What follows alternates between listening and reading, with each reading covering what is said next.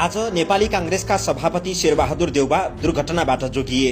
छेउैमा रहेका संसदका मर्यादा पालकले हात नसमाइदिएको भए यति बेला शेरबहादुर देउबा सम्भवतः अस्पतालमा उपचार गराइरहेका हुन्थे।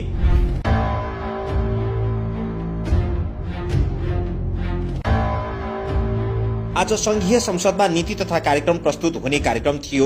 उक्त कार्यक्रम सकिएर राष्ट्रपति उपराष्ट्रपति फर्किसकेपछि संसद भवनबाट निस्किएका शेरबहादुर देउबा संसदबाट बाहिरिए।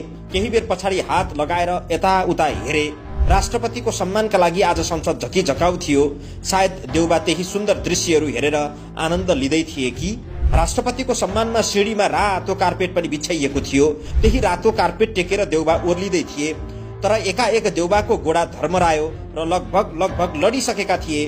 हत्त नपत्त छेउैमा रहेका संसदको मर्यादा पालकले हात समाएर उनलाई लड्नबाट जोगाए। पछाडिपट्टि रहेका मोहन बहादुर बस्नेत पनि देउबालाई सम्हाल्न हस्याङ फस्याङ गर्दै थिए, तर उनको जरुरी देखिएन।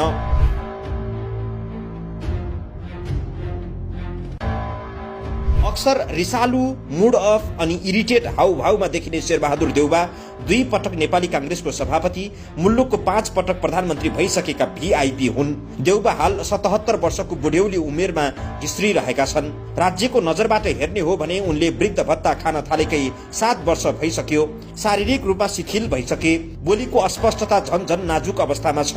बसेकै ठाउँमा निदाउँछन् र शिशुले झैं रियाल काटिदिन्छन्। यो त्यही चर्चित तस्विर हो जुन जनकपुरमा भारतीय प्रधानमन्त्री नरेन्द्र मोदी आउँदा एक औपचारिक समारोहमा प्रधानमन्त्रीकै हैसियतमा उपस्थित शेरबहादुर देउबा रियाल काटिरहेका थिए।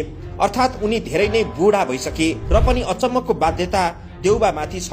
उनले नै राजनीति नहाँकी भएको छैन।